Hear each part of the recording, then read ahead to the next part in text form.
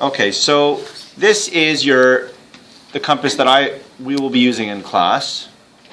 There we go. And so this compass has quite a few things going on in it. So let's just take a quick peek at it.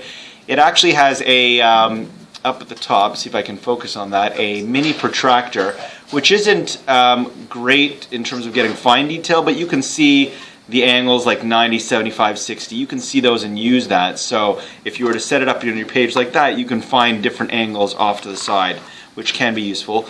It has a ruler integrated into it, which is great, which the other compass style doesn't. And it has 2 points over here, so you can actually work it on 2 measurements at the same time. So for example, I've set my first pointer here to 4 centimeters, and then the second one here right now is at 6.5, and you can choose either one, and you can slide that along. Part of the problem with this compass is that these pieces can fall off and break, so this piece can, let's see if I can make it break so I can try to put it together. But this part can fall off and detach, and now that I want it to, it's not working. Anyway, how it can detach, it's 2 pieces. You can try and put it back together, that's going to help.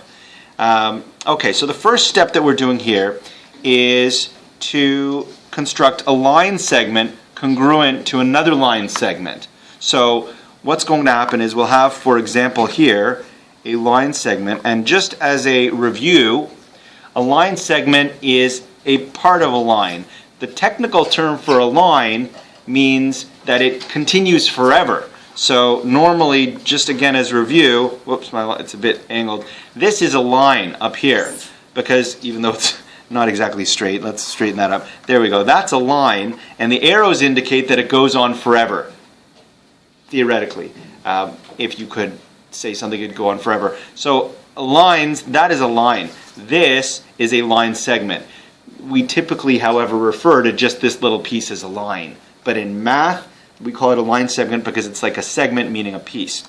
So I've got this line segment and I want to construct it not by measuring it with a ruler, which I clearly could do. I could clearly go and say, oh, it's 9 centimeters. I'm just going to measure it. Instead, what you do using the compass is you mark that length over here. Well, actually, first step is to just draw a line that is clearly longer. Okay, a line segment that is longer. So I drew a longer line segment. Then I'm going to go here. I'm going to place this circular part here right over the first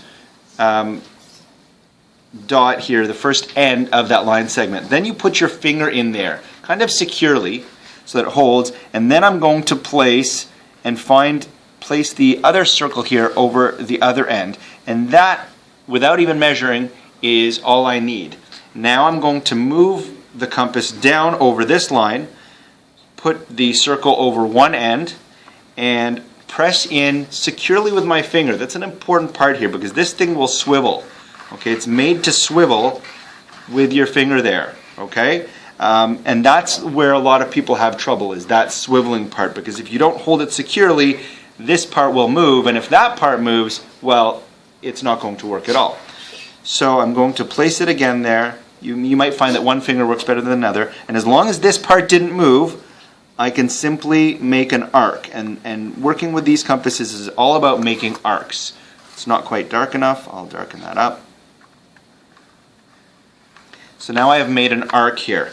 That arc, if I go back, was based upon finding this length to this length here through my dots, and then I found that. So there is my line segment. And it's always good to put dots, and in this case they've labeled it. So in the notebook there, in the paper, they say here is our line segment called AB, and they label the new one CD. The whole thing is CD, and where they stopped to get the same point as B, they're calling that E. So we know, and you don't have to write it down, that AB is congruent to C, or is equal to CE. We don't even need the congruency sign, is equal to. Okay? So I'll give you another quick example. So I have a line. I'm going to draw a line. There's the line that I've drawn. I think it's a good idea to put little dots at the ends so you can clearly see the ends of your line segments.